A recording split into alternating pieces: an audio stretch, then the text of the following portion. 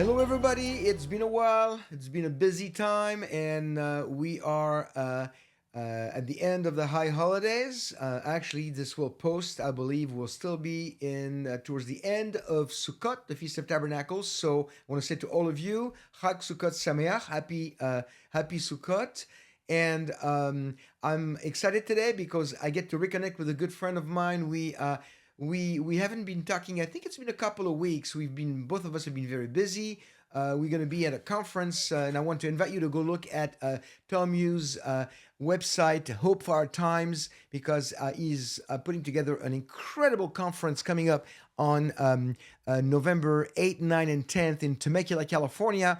And my guest, I will introduce in a second, will be there as a speaker. I'll be there as a speaker. Jim Skadis, Brendan Holthouse, Tom Hughes, Eric Steckelbeck, so many people. I think 16 speakers. It's going to be packed for 3 days. It's going to be incredible. You don't want to miss it if you can't come. If not, at least get the live stream. You won't regret it. This is one of the big ones, my friends. And of course, I also want to invite you to connect with us on YouTube and to subscribe, and as well as visit our website at shalominmessiah.com. You connect with us. You can also support our ministry. We are still raising funds for the IDF. We've been extremely blessed, and but we continue to raise funds for the IDF for a good cause because we need to do it. It's going to be a long haul. We'll talk about that in a minute. So, friends, thank you for connecting with the website. Thank you for connecting with the ministry. And I don't want to wait anymore. I'm going to introduce my good friend, David Tal, who needs no introduction. David, welcome to the show. Well, thank you for having me, Olivier, and it's nice to be back. And thank you for all of that introduction. I mean, yes, we will be there in Temecula, and it's going to be really, really fun. So I need to kind of stress, connect either physically or online. It's going to be an amazing experience. Now, if people cannot come to Temecula and for some reason they want to connect with you, where are you? What's the connection with you? I mean, what's the balagan? Well, the balagan is a mix-up, mess-up, and everything, you know what a balagan means in Yiddish, everything that doesn't go according to plan. So I am the balagan connection. I connect the different balagan from place to place. So the balagan connection, BALAGAN, either on YouTube or on Instagram. That's the best way to connect to me. So, and we're going to be there in Temecula also. And again, I'm stressing the fact that the online participation goes through Hope for Our Times, and that's a good place to make that connection. Absolutely. We're our good friend, Tom Hughes, who's absolutely not busy at all, as we know. He's got so much time on his hands. Okay, so David, let's pick up where we left off. Last time you and I talked, it was a crazy time. Well, every day has been a crazy time, really. Considering we're 2 weeks before the elections, just that alone. But we'll leave that topic to other people. I'm more interested in what's going on in Israel and with the Jewish people.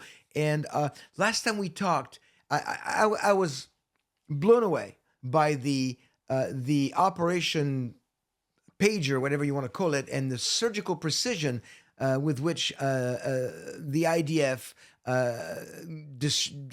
destroyed, I don't know how many, I don't have the exact number. 5,000. I think Hamas has actually admitted to 5,000 injured warriors, they call them. I'm going to call them terrorists. Hezbollah, you mean Hezbollah, not Hamas. Hezbollah, sorry. Hezbollah terrorists.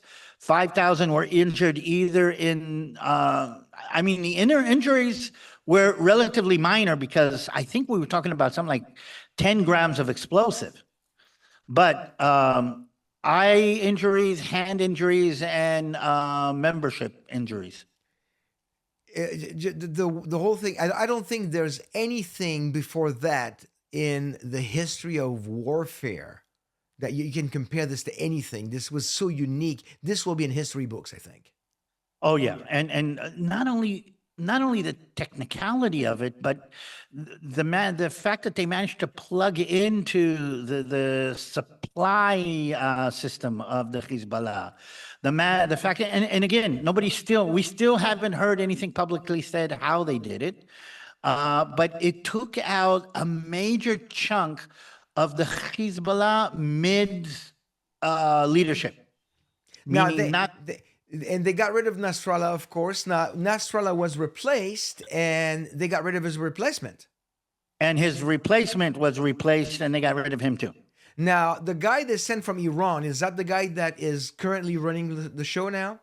Well, yeah, it's public knowledge now that Iran and the Republican Guard, or the deputy commander of the El Quds unit, the Jerusalem unit of the Republican Guard, is now de facto running the Hezbollah, including some of the attacks that took place lately. But the Wait. Are you telling our audience that Iran is financing and running Hezbollah? Like Hezbollah is a proxy of Iran? That's a shocker. Nobody knew that. Well, I'm telling you that now the mask is off. Right. Now the mask is off. And even the Lebanese are arguing or complaining that the Republican Guard is speaking in the name of Lebanon. So even the Lebanese are complaining about the fact that the mask is off, and they are being held accountable for things that the Hezbollah is doing, which is part of the dynamic of what's going on there. Now, I heard that I heard on the news, and I don't know if you have anything beyond what we heard. I'm sure you do. That in the last couple of days, the IDF got access to Hezbollah or Nasrallah's cash reserve, like a bunker. So, what do we know about that? Well, they found a bunker underneath the main hospital in Beirut. And again, this is the enemy using hospitals. Right. It was a command and control bunker, but it was also one of the main banks. And what Israel did is, after going after the missiles and going after the munitions and going after the ammunition, now we're going after their money. And so did they seize the money actually? No, they blew up part of the bunker, and they told the Lebanese people that's where the money is, and go get it. Oh, this is great. Yeah. So they cannot be accused of stealing the money, because No. we know that for centuries we've heard that Jews are so greedy. Yeah. So Israel basically said that money belongs to the Lebanese people, and told the Lebanese people to go get it. That again, I've been teaching for over 2 decades now. Teaching people against anti-Semitism and telling them all the tropes against the Jews. And a big one is that Jews love money and they're greedy. I mean, Israel could have said, we're confiscating the money and use the money to finance some of the stuff they need for the war. But they, again, Israel being as ethical as they can be in a war situation, said, keep the money for your country and use it for a good cause. That to me is amazing. Again, but here's the thing. Anti-Semites, as you know, don't need an excuse for their anti-Semitism. No. And you don't need a reason, you don't need an excuse. And if you don't have a good excuse, you can take something existing. I don't know if you heard the latest news that Christopher Columbus was a Jew. I heard that. I mean, I've heard that for a long time now. Actually, well, we actually thought a lot of the crew members on the Niña, the Pinto, and the Santa Maria, if I remember correctly, were conversos, is what we call them, or Jews who have converted to Christianity but are still practicing Judaism on the sly, which is why, by the way, most of the population in South America today has percentage of Jewish blood. I don't know, a lot of people don't know that. Yeah. But a lot of Mexicans and a lot of South Americans have 1%, 2% Jewish blood because of that. But long story short, I hear this, and then I hear people actually saying, yes, the Jews started the colonialism in the New World. Meaning we're being blamed for colonialism now of the New World in the name of Christopher Columbus. And what I'm saying is somebody took something completely out of the stratosphere and turned it into anti-Semitism. And again, the enemy knows how to do that again and again. Of course, it's Satan. It's part of Satan's agenda to get rid of the Jews and or turn them against everybody else, and especially turn them against Christianity as well. It's just so it's just any way he has to ostracize the Jews from the rest of the world, he will do it. And go ahead. There's a reason for that. Let's put it this way. I was on the show with James Cadiz, and we're trying to figure out why. I mean, Turkey is vying for, how do you say, leadership in the Middle East. Iran is vying for leadership in the Middle East, and different Arabs. And, you ask yourself, I mean, why? What does Turkey have against Israel? We were good friends. What does Iran have against Israel? And the way I like to illustrate it is this. The Middle East has a lot of people whose main common denominator is hatred of the Jews. I mean, what does a Persian Muslim have with a Turkish Muslim in common? I mean, the only thing they have in common, they hate each other as much as they hate anybody else. That's right. But the only common denominator is their hatred of the Jewish people. So the way I say it is, this Middle East area is a battery of Jew hatred. Now, there's no lack of Jew hatred all over the world, but No. when a leader wants to take control, he wants to show leadership, okay, he plugs into this Jew hatred, and he hates the Jews and says, okay, follow me because I'm a bigger hater of the Jews. Classic example would be the Houthis in Yemen. I mean, what does Israel have to do with Yemen? What do we have to do with this? A few months ago, nobody even knew about them. So why does anybody even talk to them? Why are they doing this?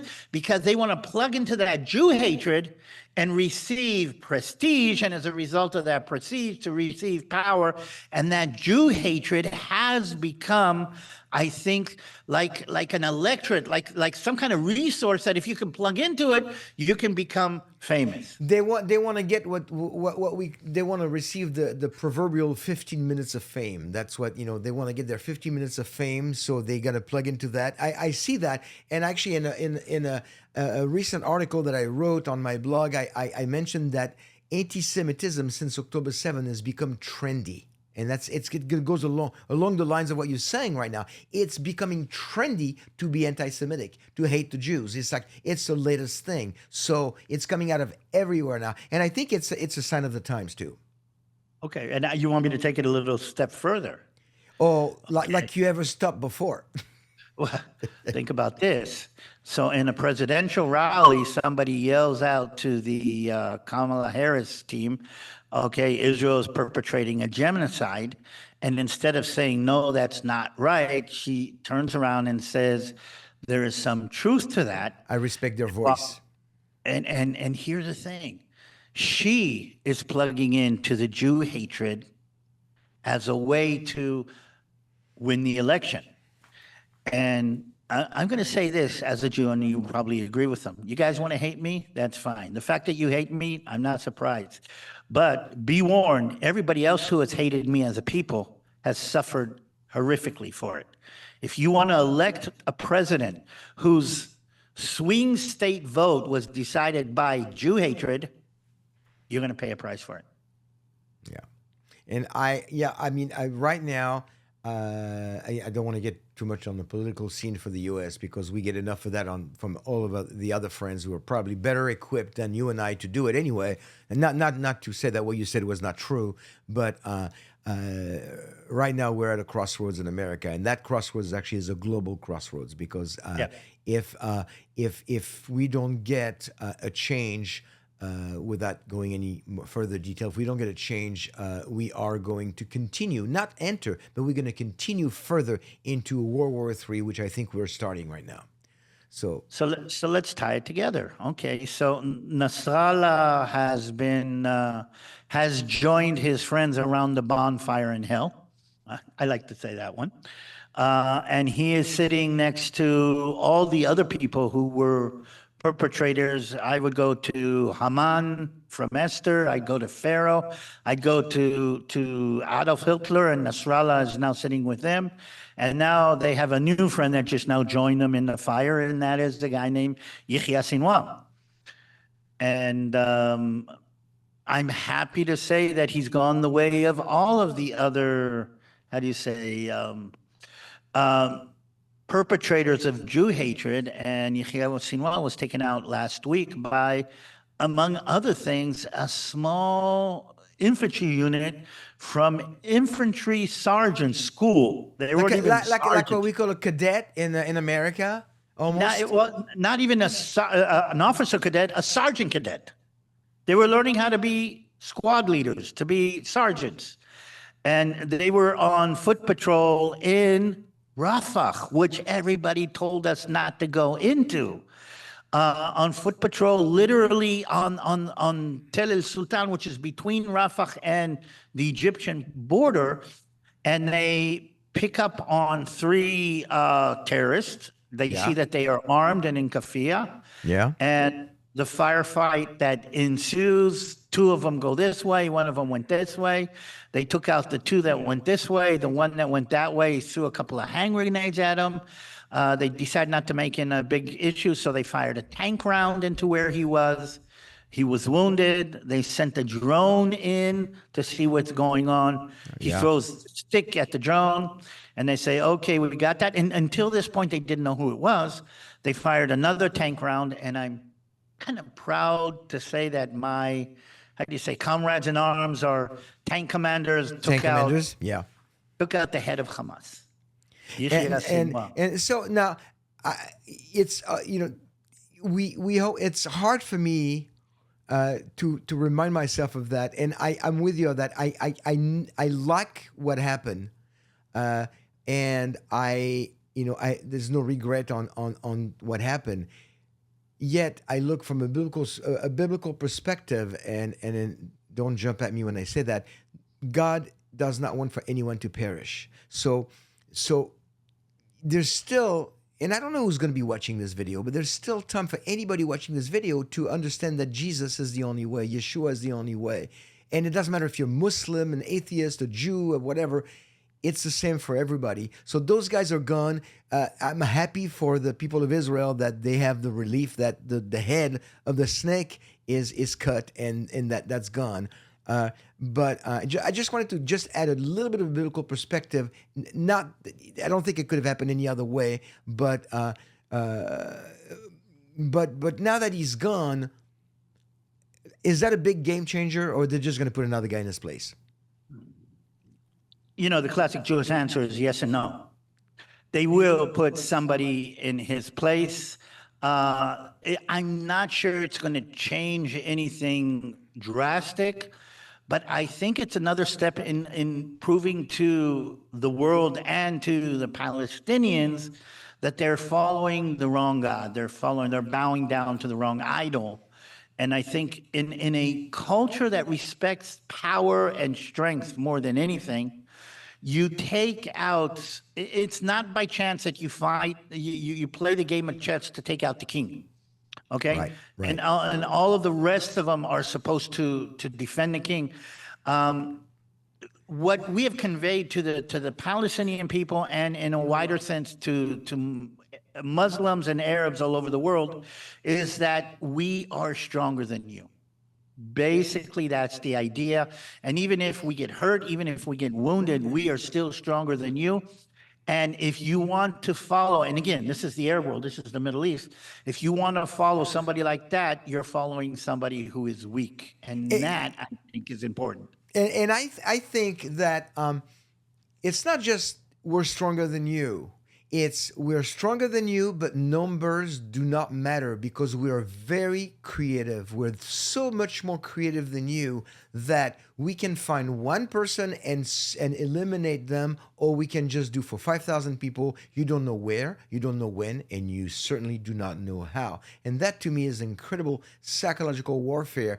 And I think right now Iran is probably the leaders of the Islamic Republic of Iran, the Ayatollahs and the Imams and the mullahs are probably.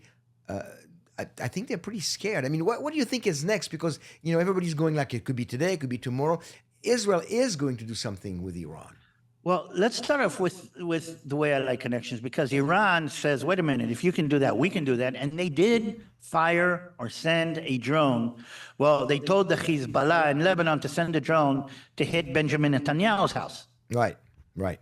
And it did penetrate, and it did get to the house. The only problem is he was not there. Well, so-called problem. What if But he when I'm trying, what if he had been? Was he supposed to be there? Was it a no, he fluke? was not. I mean, we know he was not there, and I heard the chief of Israel's Secret Service, our security system. I mean, the guys I used to work for. No, I used to be a part of. Okay, saying that we knew about the threat, so he wouldn't have been there. But here's the thing: the minute they did that, one, they said, "Okay, if you can do it, we can do it," but they missed.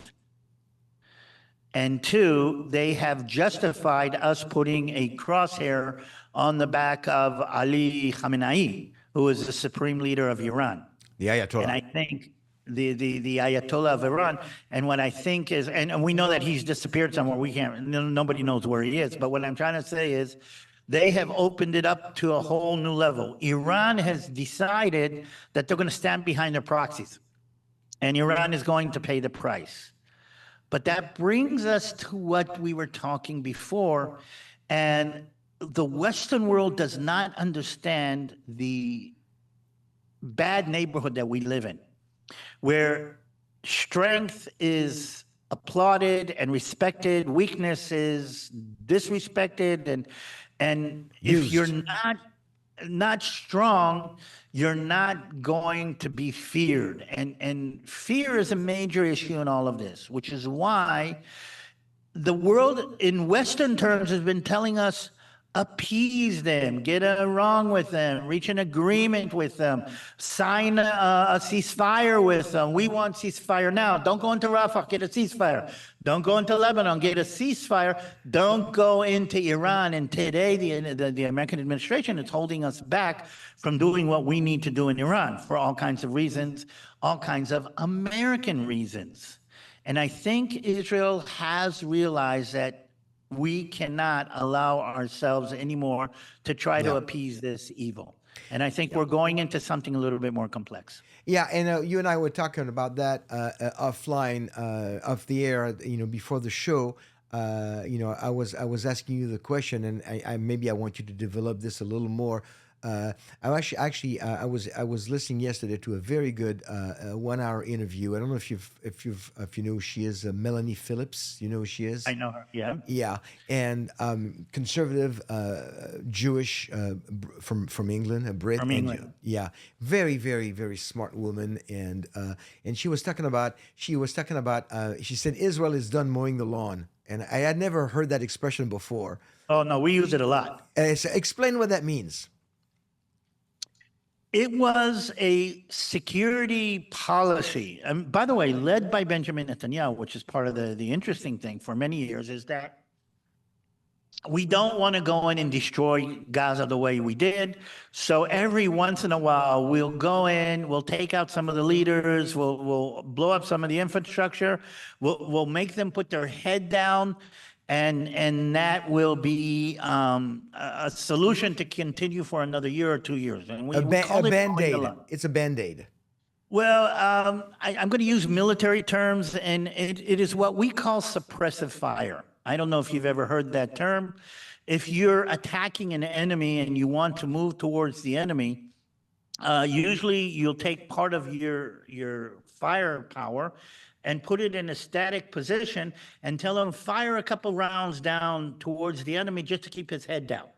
Now, it's not going to solve the problem. Your enemy is going to be there, but you're making him keep his head down enough so he doesn't get up and attack you. It's called suppressive fire. We've done that. We all know what that is. And Israel has been doing suppressive fire for a long time. The only problem is suppressive fire doesn't take out the enemy. It only suppresses the enemy and allows him to organize. So Reload. one of the things reload. And one of the things I was always taught in as a little baby lieutenant is, okay, suppressive fire is good, but don't turn the suppressive fire into the modus operandi. Don't turn that into your battle plan. And I think that's part of the mistake that Israel made until now. And I think that's part of the rectifying of the mistake. Israel has said, okay, we've done enough of suppressive fire. We've done enough of mowing the lawn, is what we're saying. And we need to reach the enemy and take it out. So no more mowing the lawn. They're just remodeling right now. We're moving the walls. Right, moving the walls and okay. So, to the best of your understanding, the best of your knowledge, how much? I mean, how far have they achieved in Gaza? 80, 90%? Oh no, I think they're saying something like 75% of the Hamas fighters are actually killed. And if you put that into consideration, even based on the Hamas governmental figures, where they saying 45,000 people killed in Gaza, more than half of them are Hamas fighters. Wow. Now they never say that, but that means that we have a 2-to-1 ratio in fighters against civilians, meaning less than one civilian for each Hamas fighter killed. But Hamas is on its final legs. It's finished as a military unit. The question now in Gaza, and here's one of the things maybe I need to kind of make clear to people who are used to World War II scenarios and connections. This is going to be a war like America fought against ISIS. There's not going to be a line where we say we won. We're going to have to put their head down. We're going to have to blow up enough of their installations and kill enough of their leadership until the people are saying, okay, we're not going to follow ISIS anymore. It's not going to, you can't, like they keep on saying, you can't kill an idea. You can't kill an ideology, but you can turn the ideology or turn into the idea into a fad like everybody else. I mean, we all had fads. We all know. Well, you can make the ideology dangerous enough to follow that people are going to go like, you know what, it's not worth my time, and that's what they're trying to do. You know, like people are going to go, okay, I'm not following this anymore because we don't have the infrastructure, we don't have the people, we don't have the strength, we don't have the money. So we're done with Hamas. But the problem is the main ideology of radical Islam still will exist until Jesus comes back, and another one will pop up. So here's a classic example. I was in Cuba a couple of years ago. The ideology is communism. It was part of a much bigger ideology that was actually fighting against the West. Right. But America dealt with Cuba. And here's a weird thing. Cuba is still communist, but it's not a threat to the United States anymore. We're going to have to reach some kind of situation similar to that in Gaza. Okay, Gaza will still be Palestinian, will be in many cases radicalized, but it has to be so pushed down that they cannot be a threat, even if they are still radical. And I think that's what's going to happen in Gaza. To a certain extent, that's what's going to happen in Lebanon. And to a certain extent, that's what's going to happen in Iran. But let's not forget, we had a Cuban Missile Crisis that almost started World War III. We're on that kind of crisis, I think, with fundamentalist Islam in the Middle East. Yeah. And it's come to a head. And this is our Iran crisis, if you want. And I don't know if you remember, the United States of America had to stare down the Soviet Union, go to the brink of annihilation in order to push them back. I think we're on the way to something similar in Iran. Well, I think that I don't even want to think about the outcome of the elections if we continue on the same trajectory that we are right now with the U.S. administration. But if Trump gets back, I think things could happen in Iran a lot quicker than we think. Because well, let me ask you this. Do you think Israel is going to do with Iran what they did with Lebanon and Hamas? I mean, with Hezbollah, Hamas. They're just going to go do their thing and not care about anybody, what anybody says, especially in light of what we just heard, which I was going to ask you as well, on the leak of information, the intel leak, that some people say is straight from somebody within the U.S. administration about the possible moves that Israel wants to make soon on Iran. Some of the people say that it's coming from Iran to make it sound like it's the U.S. leaking so they can have strife between the U.S. and Israel. And while they're arguing, they're not attacking Iran. So, what say you? First of all, I think somebody came out yesterday and said who was the actual leaker. I don't know what her name is, but it was an Iranian name, meaning it was somebody in the defense establishment that actually has an Iranian background. Okay. So we know the source of the leak. I was talking to James and I said, I hope, maybe, I wish, could be, that this was done purposely by somebody in the Israeli intelligence establishment. Oh, because okay. if you want to create a false narrative in the minds of the enemy, this is a way to do it. And So you think so it could be from the U.S., it could be from Iran, or it could be from Israel. We don't really know. I mean, if it is from Israel and we're saying, okay, Israel's going to do 1, 2, 3, because the documents don't tell what Israel's going to do. It actually talked about what Israel is loading on its planes in order to use. It didn't say what targets would be attacked.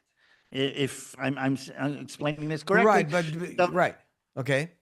So, I mean, let's say Israel makes this public and they go all freaked out, and then we hit them with a cyber attack.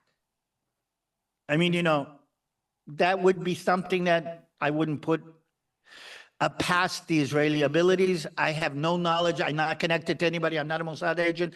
And if this turns out to be true, then I did not know this beforehand. Okay. You don't want to get in trouble. And I don't know either. We're just speculating based on current events. Not only that, based on past abilities by Israeli intelligence to be able to pull off something like that. Right, I mean, right. if you can switch the pages. On the other hand, let's not forget that the intelligence agencies in Israel made a mess of October 7th. So we got to remember that. Yeah. So what I'm trying to say is this: Israel's going to hit Iran in the next, I keep on saying, couple days. I don't know. I think probably before the elections. Yeah, I thought so too. But we're getting, it's 2 weeks from the election. So, but it doesn't take much. I think one of the things that I'm hearing from Bibi is that he's being careful with the Biden-Harris administration not to do anything in their faces, because he doesn't know who's going to win the elections either. So I don't want to be, Israel doesn't want to be blamed for playing a role in the American elections like Bibi did last time. I don't know if you remember, or the time before that with Obama, and it was a big but, and it ruined the relationship. So we might have to live with, I can't believe I'm saying this, but with a Kamala Harris administration. And if that's true, I think Israel has to be careful what we do before that. And I think that's part of what's happening. On the other hand, we're at this situation because Bibi actually said, and again, I'm using Bibi's name, but the Israeli administration basically said to the American administration, we're going to do what we need to do. You've been holding us back. We've been holding back for all kinds of reasons, and it hasn't gotten us anywhere in the last year. We've gotten more in the last 2 months of offensive than we've gone in the last year of defensive, and it's time to move that off. So I think that's part of what's happening. The thing is this: if Israel hits Iran big time and Iran has to respond big time, okay, we will be spiraling into what you're talking about. And I think that's going to be the next issue. And I think the Biden administration knows that if this happens now under their watch, they almost for sure have lost the elections. And I think that's part of the dynamic. Well, but then, but Bibi doesn't want Kamala to be the next president, so maybe he wants to hit before the elections. But so he's got to be. He's like between a rock. What you're saying, he's between a rock and a hard place. He wants to hit so that they're gonna, it's gonna put him in a predicament. But he don't want to hit too much, so that if she wins, then it becomes like it severs the ties beyond what it's already. It's already bad between the current administration and Israel. but I guess it could always get worse. Well, I think Israel has decided not to hit the nuclear facilities and not to hit the oil facilities. I They have think, decided, or they have publicly announced, which doesn't mean that they have decided. yeah, well, I they've don't know. dropped, Again, I don't know. we don't know, but they've dropped those hints. I do think that Israel has not decided for an all-out war with Iran yet. And what's going to happen is that we will retaliate, but it'll give, and we'll see how the Iranians do. It'll give enough wiggle room. We're going to do it with enough wiggle room for the Iranians to back out if they want to. And I think we're going to see something like that. Again, I'm not an analyst. I don't have all of the inside information, but understanding the Israeli politics also, I think we're going to hit as hard as we can, but leave Iran wiggle room to get out. If Iran does go another round on this, that'll already be something else, because I don't know if you heard, the United States is sending a THAAD battery to Israel, meaning Explain to our audience what that is. the THAAD, I don't remember the acronym. It's thermal high altitude, something like that. But basically, it's an anti-ballistic missile system that takes out ballistic missiles in low space or upper atmosphere. And it is an American system, and it is very sophisticated, very, very highly probable kills, and will add on another level to the Arrow 2 and the Arrow 3 that we're already using against ballistic missiles. And probably is America trying to say, we want to make sure that the Iranian retaliation will not cause so much damage that Israel will have to go back in again. But what is interesting about this is that for the first time, there are going to be American boots on the ground. This is the first time that American military units, as military units, will be in Israel defending Israel. Now, we're not talking about blue helmets. We're not talking about United Nations here. No, we're talking about American military personnel, as American military personnel, taking active part in the defense of Israel. And that hasn't happened yet. That is a new Development. dynamic. And the question is, did the United States decide to do that to message the Iranians, stay away from this? Or is this a political move right before the elections? Exactly, because you're going to see that the Biden administration is saying, look, we're the first administration that put American boots on the ground. And again, you're seeing all of this dynamic kind of coming together. Right.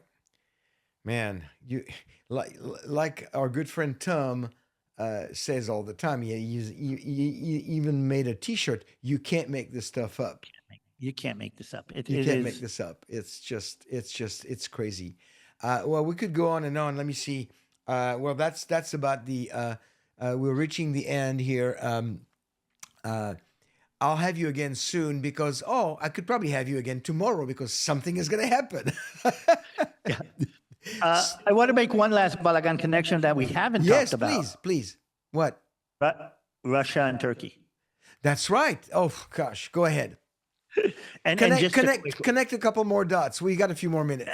Just a quick one. I mean, think about this. If Israel hits Iran back pretty hard, you're going to have Iran and Russia on their back foot, because the Ukraine thing is not going together. And if we look at what's going on, Erdogan is at the end of his political career. His legacy is going to be a nothingness. Turkish economy is in shambles, and they haven't really done. So you've got three wannabes who are nobodies right now.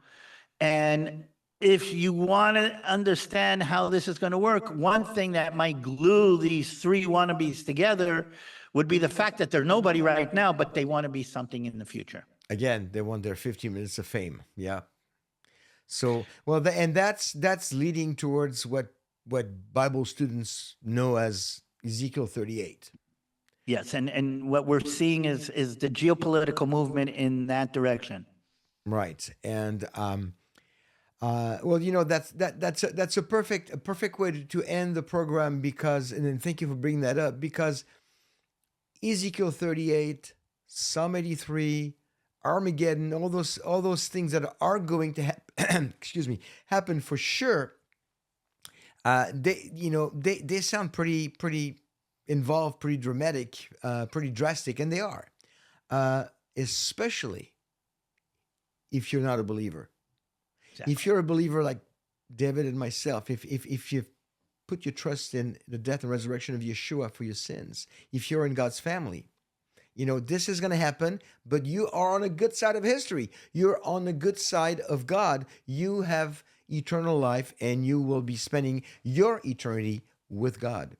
So, if you're watching, if you stumbled onto this video, if you're watching and you don't know God, and you don't have a personal relationship, today is your day, because all those things are going to happen. And the fact that we're actually watching this on mainstream media now in 2024 is such a strong proof for two things. Number one, the existence of God.